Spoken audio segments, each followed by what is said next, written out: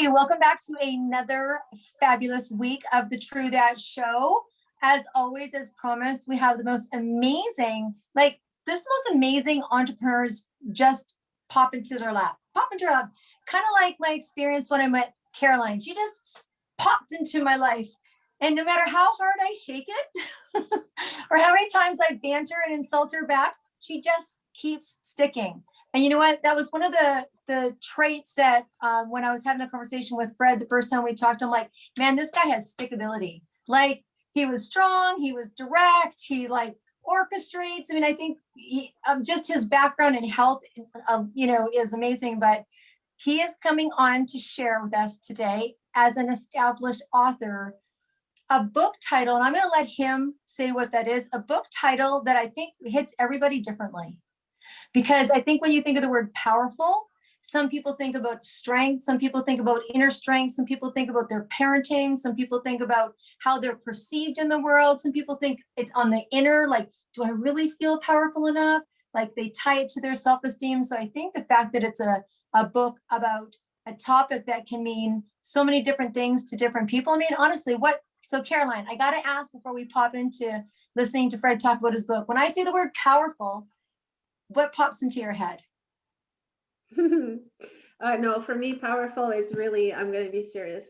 Powerful is someone who can actually impact life and someone that can leave a legacy. It's not about money or titles for me. It's really about what you can actually do. And I will come back to the example that I'm using quite often, not because I want to give myself credit, but I will.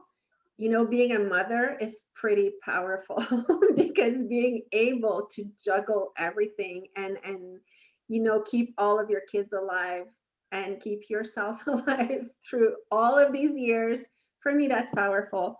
But I mean, there's different description to powerful because some people will associate it to success. And again, success, there's so many different, definitions of success. For me, success is having my kids healthy and happy. And if I've achieved that, I'm happy. And if I can get to a place where I'm happy and at peace, that's success. So if I'm there in the same vein, I feel powerful. For you, Deb, what is it to be powerful? You know sure what? you have no issues with that. Yeah, none, which is why I have a big therapy bill. That's why I read lots of books and listen to a lot of podcasts in the morning. Lately, it's been Steve Harvey. Between Steve Harvey and Wanda Sykes, how can you not have a smile on your face all day, right? So I think for me, when I think about being powerful, I think about overriding all of my own personal shortcomings, because we all have them. I don't know what you guys have going on in your head, but sometimes I got two people and they're like, natter, natter, natter, natter. And I think when I feel powerful is when I feel like I have control of my mindset.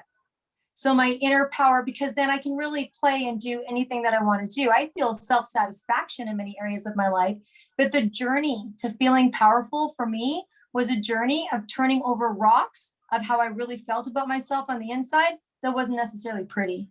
And I had to associate myself with people that thought better of me or could see things in myself that I couldn't see. And then it was a process about me believing that, and then a process of me having that. So now it reflects back to me. And my God, that's a 20-year journey, right? So I'm very excited about the title, and I think we're going to get right into it, Fred. So please share with us, because honestly, you walk in a room, okay, look, there's those people that walk in a room and they're like, I want to know that person. He's got that persona, right? You've got that persona. You definitely command attention. And I would go sign up for your class, course, or see you on stage and listen to you talk about powerful, because you own yourself. So please do share, sir.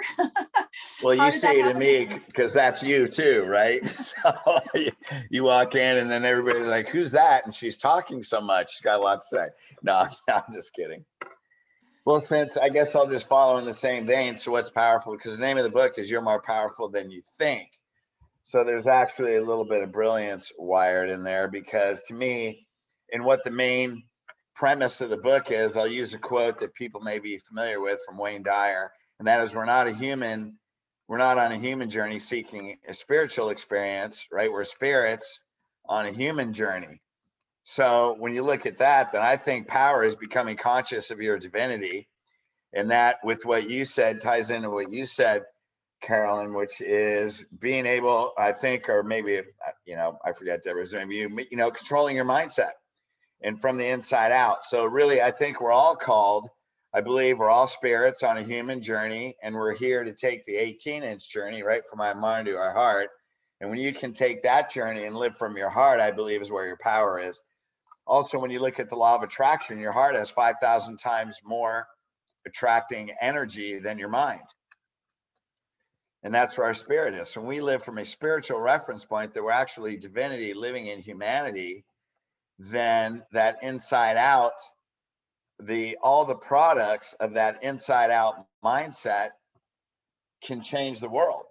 And to me, when you talk about being a mom, I look at it like, if I can help millions of people around the world be able to take that journey, then we can raise the consciousness of the planet.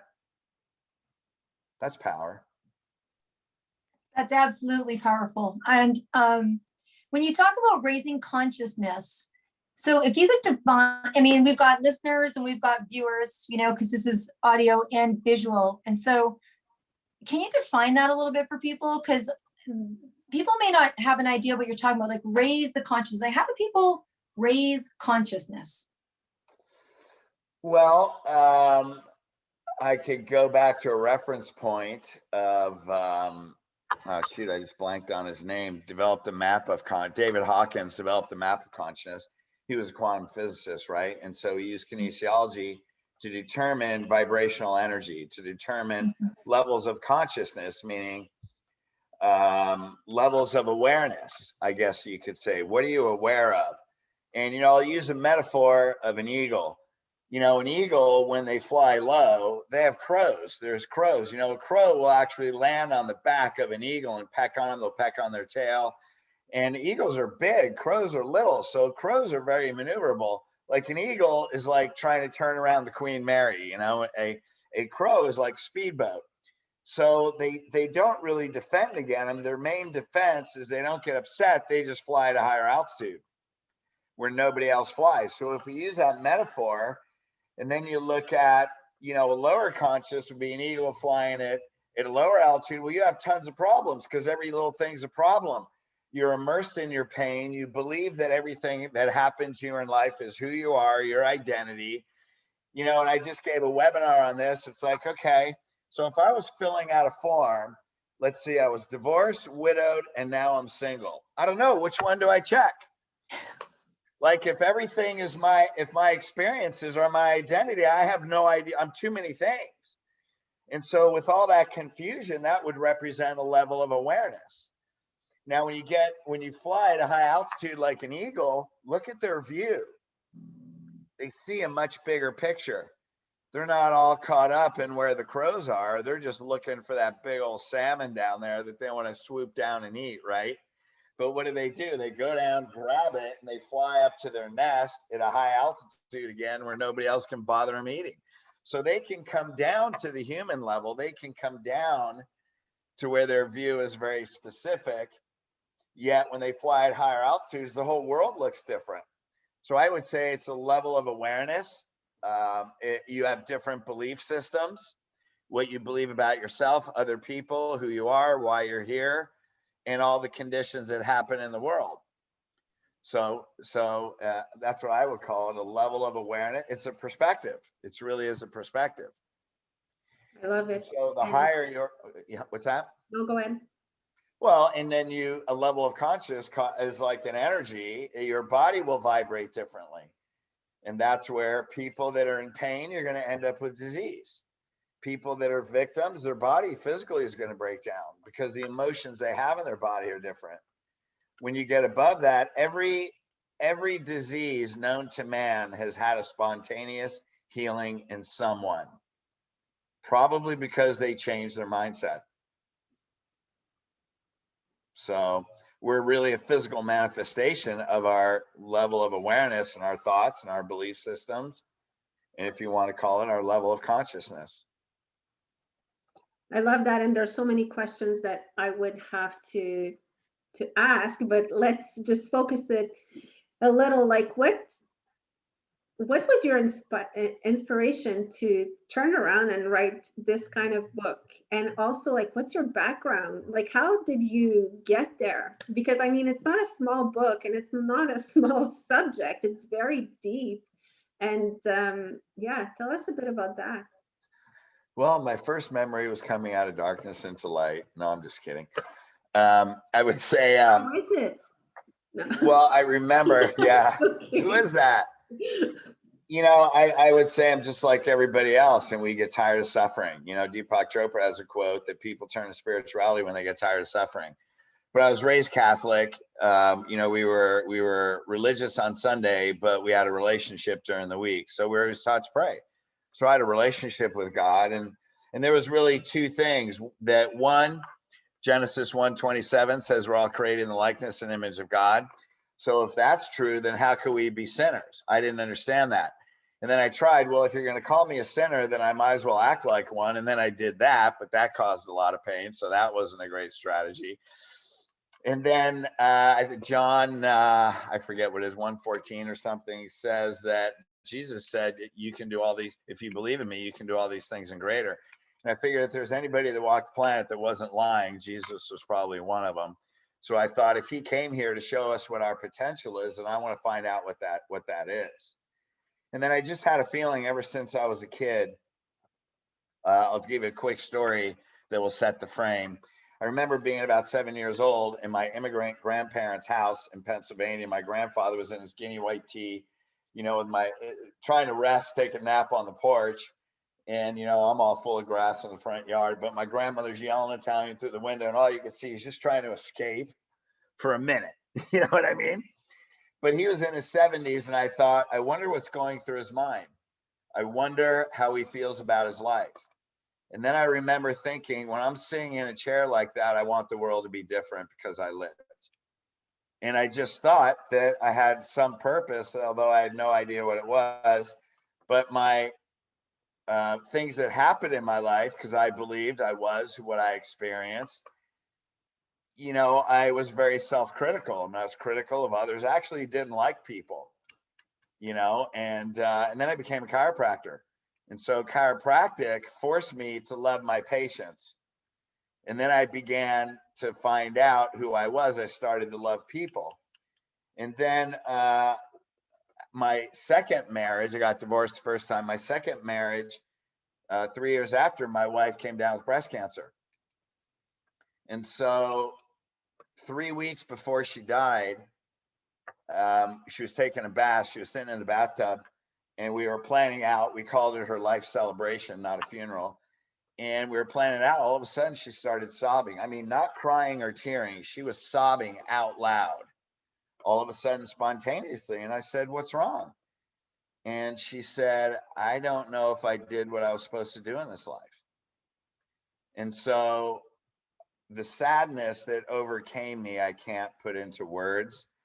Yet the contrast was I was living my purpose. I was a chiropractor. I started coaching chiropractors, and a very loud, dominating, convicted voice in my head with every cell in my body said, I never want anybody in my life to say those words again. And so after she passed, I started on this intense spiritual journey. And 5 years later, I was sitting at my kitchen table trying to develop a rehab system that I wanted to trademark for chiropractic. And I came up with the acronym HEALED. And all of a sudden I started getting all these visions of what it was supposed to be. And then I realized it was a spiritual and emotional healing system. And so I had no idea what I was going to do. I just prayed and started writing, and I would pray and I'd meditate. And the thing about HEALED that's so different is I'd always been, you know, here's the illusion of self-improvement industry is when you're always trying to self-improve, you're always trying to fix something that you think is broken. And it's actually an obsolete industry at this point, because then you always have something wrong. What can I improve? What can I improve? When in reality, you're already divinity. It's what you have to let go of that isn't true. So you don't have to become, and that's the whole obsolete model of life coaching is you have to become someone that you're not, and that's why you have problems. And that's just not true. It's you already are divine. You have to let go of your human experiences and all the belief systems and what people told you and religion and what you learned that aren't true. And when you let go of that, you realize, I use the analogy, you're like a light bulb that's plugged in and it's lit, but there's mud all over it. It doesn't change the amount of light.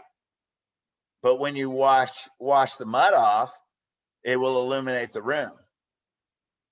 You know, it's like if you turn your front porch on at noon, is there any less light at midnight? So the problem is we have to go through the darkness to realize, to look back at the light and realize we were already there.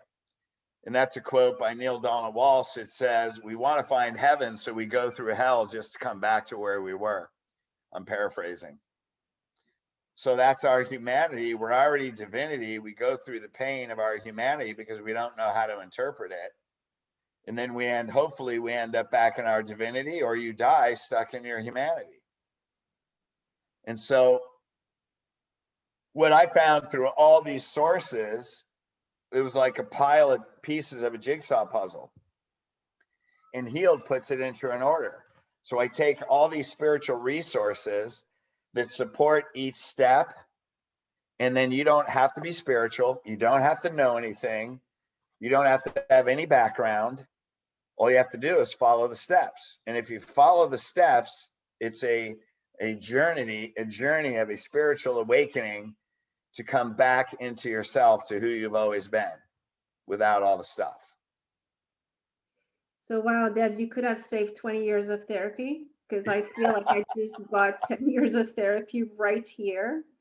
So just to be clear, Healed is separate from the book. These are two different. Well, You're More Powerful Than You Think introduces the system Healed. Okay. So the book is about Healed. Okay. And there's a whole online system, but the title of the book is You're More Powerful Than You Think. So when you see that concept, you really are. All the power is inside you, but you're stuck in your mind. And I love what you said there. It's funny because this year in January is the first time that it ever hit me this way. I heard like, oh, new year, new you. You know, we hear that every, like, Happy New Year, here's the new you. And this year I was just like, I'm done with hearing that. I can't be new every single January. Can I just be me and, you know, keep on going?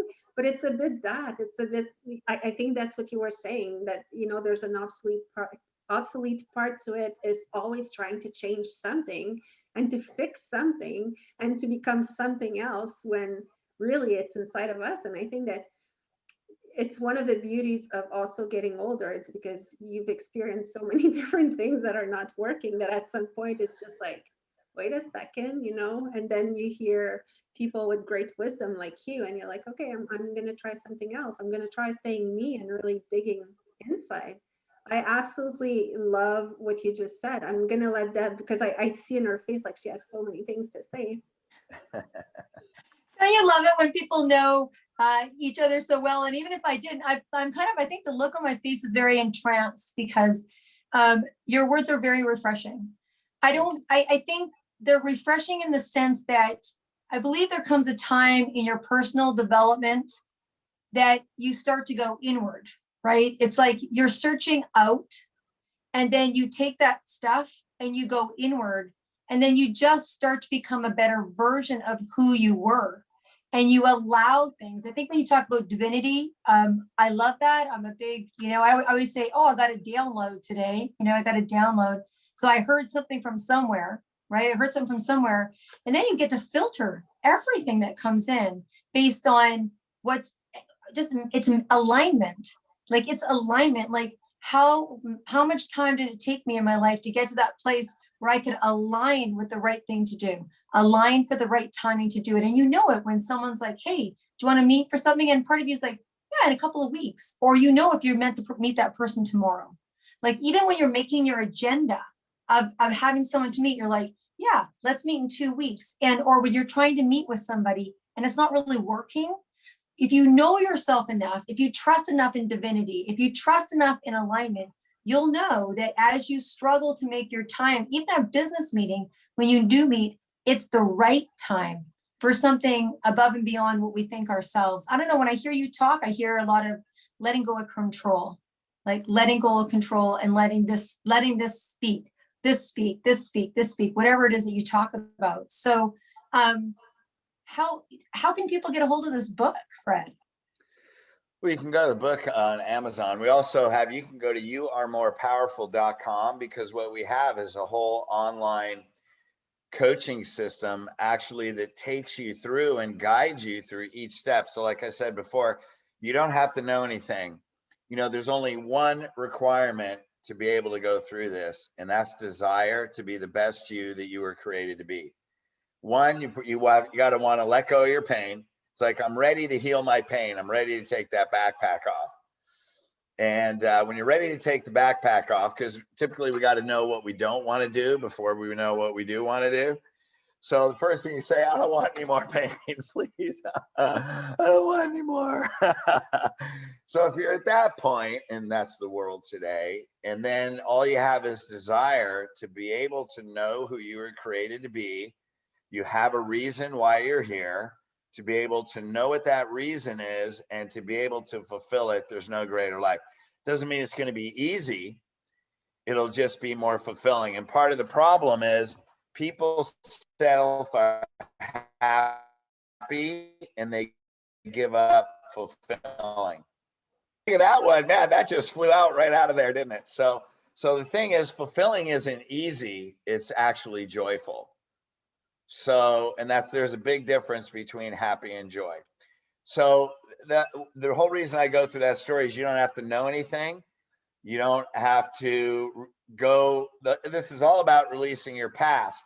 So what people think is, well, I've tried programs before and I haven't done it. And, you know, geez, can I afford it? And it's, God, it is ridiculously cheap, first of all. And you go through all these things, but what you're doing is you're bringing your past into your present. Like if you have those reasons, that's exactly, if you have those excuses, that's exactly the reason why you just need to do it. Because you're bringing your past into your present, yet you're suffering. You know what I mean? So I got to tell you, I love the image of backpack. And I think, Caroline, this is going to ring a bell for you, because we were talking about a situation about a year ago, and there was an observation of someone that was in a lot of pain, and Caroline's words to me were, you can see that he carries his childhood in his back pocket, right? Like that it was overcoming who this person really was. And I love what you say about backpack, because a lot of times when you're sharing or talking to somebody, they just download on you all the reasons why they can't, or they've actually, which is even more unfortunate, owned their condition. I mean, you as a chiropractor must see people that walk in and they're like, you know, I am this, or I am this, or I have this, or and it's like they've claimed it. And that's so difficult to break free of that, really. And because they don't even see it themselves. well, what they've done is, you know, they've taken on their experiences as an identity. So what you're saying is they're making identity statements. And when your challenges become an identity, those are very deeply emotionally rooted. So, you know, when you talk about a backpack, it's like we have that, and then you get hurt, and then things happen, and then it's like adding a 10-pound weight, you know, until it gets heavier and heavier. And then, you know, if we get involved a little bit, well, we have forgiveness. Well, then you take a couple out, but the problem is you just put 3 more in, you know. So it's like, so the thing is like, if you feel like you have to take off your emotional backpack, the problem isn't that you have to take it off. The problem is that you have one. So that's the problem. So if you feel like you have one, it's okay. You've been living in your humanity, and you may have your divinity as knowledge, but you don't have it as wisdom. Knowledge becomes wisdom through experience. And that's what the healed system is. It's an experience where we actually guide you in a step-by-step process of how to bring it into your life as a beingness and an identity of who you really are. So let me ask you, and I'm always curious to ask that, and I can't call Tony Robbins right now and ask him questions because he changed numbers after I found it now. But you as a human being right now, how's your personal states? Like, do you still have your funk days, or your days that you're like, okay, I need to pick myself up and, do my stuff, or you're at a place where peace is really there and it's consistent? Well, what you're going to have is, first of all, when you put your backpack down, you do have a state of internal peace. So you look at everything differently. You're more like an eagle flying at a high altitude, but eagles have to eat too. So you gotta come down. So it's more like a hologram that continually moves from your humanity or divinity. The problem is when you get in the pain of your humanity, healed gives you the tools to go right back to your divinity. So if I don't like the way I'm feeling, I know I'm feeling sorry for myself. I know I'm looking at something from a lower perspective. I have the tools to change my state. And yeah, is there stress? Absolutely. I mean, we're entrepreneurs. We own our own businesses. It's like, plus all the stuff that goes out. I'm not going to talk about politics right now, but if you look at all the stuff that's going on in the world, do I agree with all the things? And it's not about a president. It's about what's happening in the world. And so, growing up being Catholic, every Sunday for thousands of times, we said, thy will be done on earth as it is in heaven. And people go through and they say this prayer so robotically, you don't realize what you just said. Yeah. God is your partner. Thy will be done. Your sole purpose is to be done on earth right now as it is in heaven. Our responsibility as spiritual being and having a human experience is to bring heaven to earth. And people that think I can't wait to go see Jesus or whatever when I'm in heaven, no, it's right now. Yeah, be in touch. And you say that every week without paying attention to what you're saying. Well said. So that's what it is. Well said. What? I think it's interesting because your book's been successful in the market for a few years now, but I think never has there been a time that people have been so open to learning more about themselves as they have in the last 12, 14 months. And I don't see us going back from that. And there's a lot of people searching and seeking because they had an experience with themselves that they haven't had, whatever. We've all had something, we've had conversations in our mind because we've been feeling powerless in this last year. We've had to follow rules maybe we didn't, or we wanted rules in that weren't there, or whatever it was. I think your book is, the one thing I love about your book is that it's timely for everybody when they get to that place, which means it's an ongoing ever book that I could pass over to someone in 5 years, or I could grab right now. And it's the kind of book that I love to recommend to myself and to others to continue to read, because as you progress and change, you're going to, let go of more and more of that backpack, get closer to yourself. I think it's brilliant. And the fact that you offer a program with it, because there's nothing worse, because there's lots of things in the world that are worse, but there's nothing more challenging, non-expanding. Yeah. Is that when you read a book, when you read a book and you're like, oh my God, that was the best. Now, how the hell do I do it? Yeah. So having that workbook intertwined with it, because we all need support. Like we all need cheerleaders. It's hard to be our own cheerleader. So I think it's fabulous. I mean, I know we're kind of coming to the end of the interview, and I'd love to be able to pass it over to Caroline for last comments. And Fred, absolutely, if you can just share with us again, as we come to the end of the interview, anything else that you'd like to share about what you're doing now, how you'd like to bring people attention to what it is that you're doing, that would be fantastic. So sure. Caroline, over to you. Well, I will remind you to read the book. And when there's some situations, I'll remind you to go back in your divinity.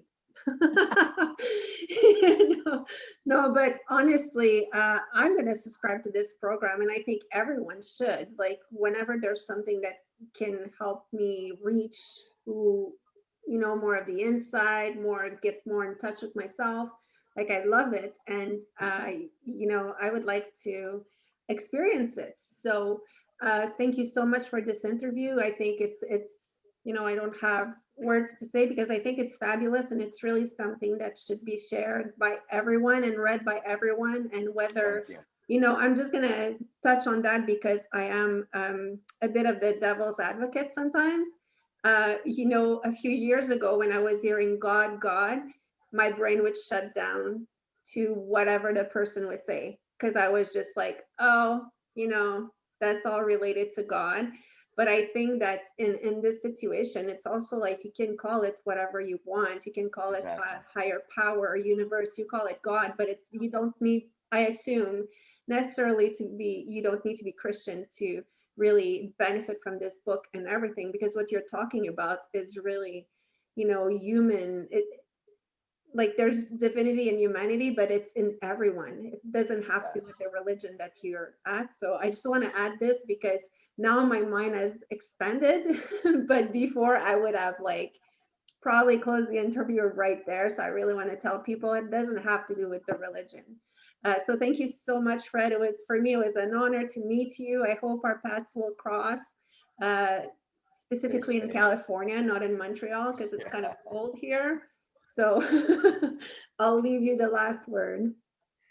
Well, just a couple comments. One, God is vocabulary. I choose the word God. I choose lots of words.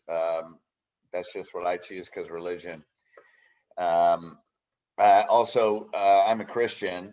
However, I would say I don't buy into all the tenets of Christian religion, but I've actually had 3 one-on-one out-of-body experiences with Christ where he downloaded information, and those stories are in the book. And the things that he gave me also, I don't believe are in Christian religion. So I say I have a Christ consciousness, but those are universal principles. So whatever name you use, like what you said, is fine.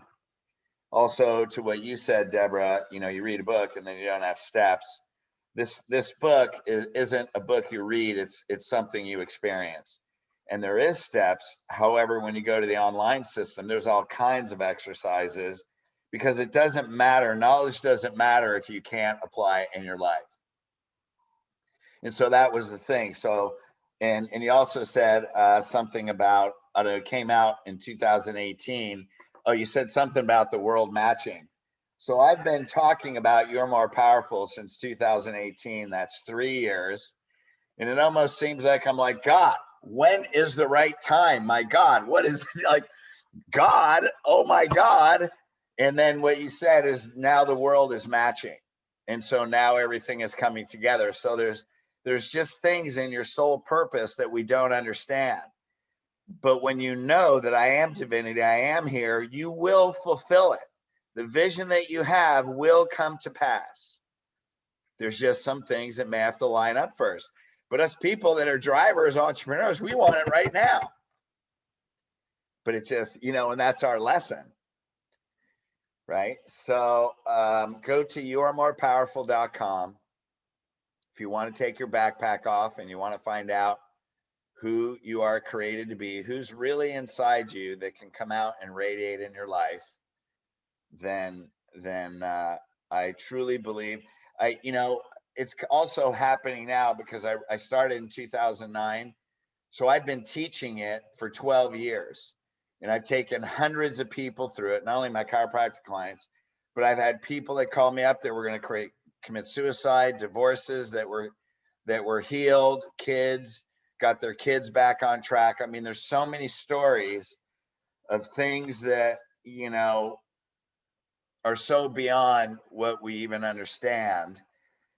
But it's coming out now because I can guarantee it. I've taught it for 12 years. I've taken hundreds of people through it.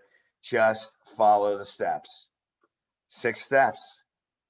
6 steps to discovering who you really are. youaremorepowerful.com.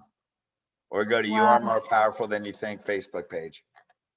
Wow. I have to say a few words to finish this off. I'm sitting in awe. Clearly you're a master, and clearly you've found your purpose, and how grateful is that I don't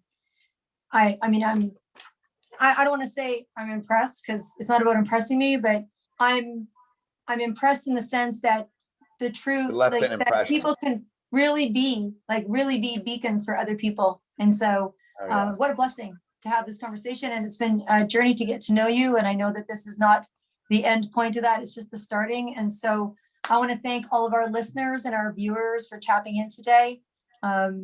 It's been an amazing experience, and they know where to reach you. And Caroline, as always, such a blessing to get to know you. And that,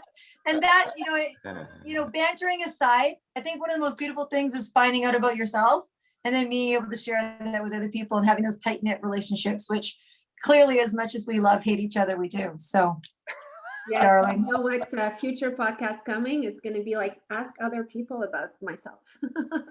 It's going to be interesting to get to know you, Deb. No, seriously. Thank you so much, everyone. And I echo Deb on saying that I'm so grateful we met you, friend. Thank you so much. Likewise. Much Have a appreciated. beautiful week, everyone. Thank you. Blessings.